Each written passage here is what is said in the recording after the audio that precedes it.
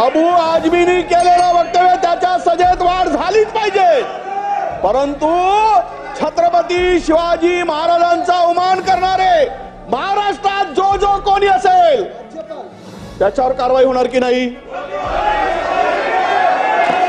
हे कारवाई होईल की नाही, यांनी अपमान केला की नाही, कोराटकरावर कारवाई होणार की नाही, सन्माननीय सदस्य कारवाई होणार की नाही। सन्माननीय दादांनी या ठिकाणी सभागृहामध्ये जो विषय मांडला त्याला सन्माननीय सदस्य सुधीर भाऊंनी या सभेमध्ये वाढ करावी अशा प्रकारची भूमिका मांडली। मला औरंगजेब त्याचं समर्थन कोणीही करू शकत नाही। तो नालायक होता, तो बदमाश होता।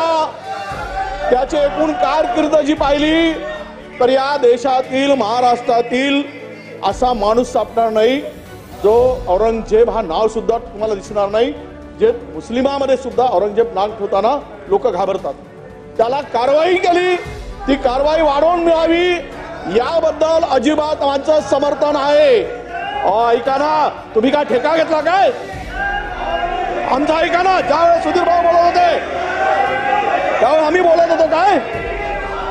आता मला सांगा अध्यक्ष महोदय, अबू आजमीनी केलेलं वक्तव्य त्याच्या सजेत वाढ झालीच पाहिजे, परंतु छत्रपती शिवाजी महाराजांचा अवमान करणारे महाराष्ट्रात जो जो कोणी असेल त्याच्यावर कारवाई होणार की नाही, हे कारवाई होईल की नाही, यांनी अपमान केला की नाही, कोराटकरावर कारवाई होणार की नाही, सन्माननीय सदस्य होणार की नाही, सन्माननीय सदस्य खाली बसा। मान्य मंत्री महोदयांनी जो प्रस्ताव सभागृहासमोर मांडलेला आहे त्याच्यात जो उल्लेख केलेला आहे तेवढंच एक्सपल्शन आपण या अधिवेशनात करू शकतो असा आपला निर्णय आहे। मी आता सभागृहासमोर सदर प्रस्ताव मतास टाकतो। अनुकूल असतील त्यांनी होय म्हणावे, प्रतिकूल असतील त्यांनी नाही म्हणावे। होयचे बहुमत आहे, होयचे बहुमत आहे। ठराव एकमताने संमत झाला।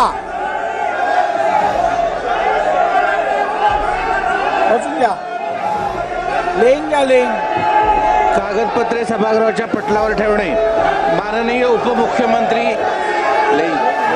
तथा वित्त व नियोजन मंत्री महोदय, मी आपल्या अनुमतीने कंपनी अधिनियम 2013च्या कलम 394 वस्तू व सेवा कर संस्था GSTN यांचा सन 2023-24चा वार्षिक अहवाल सभागृहासमोर ठेवतो।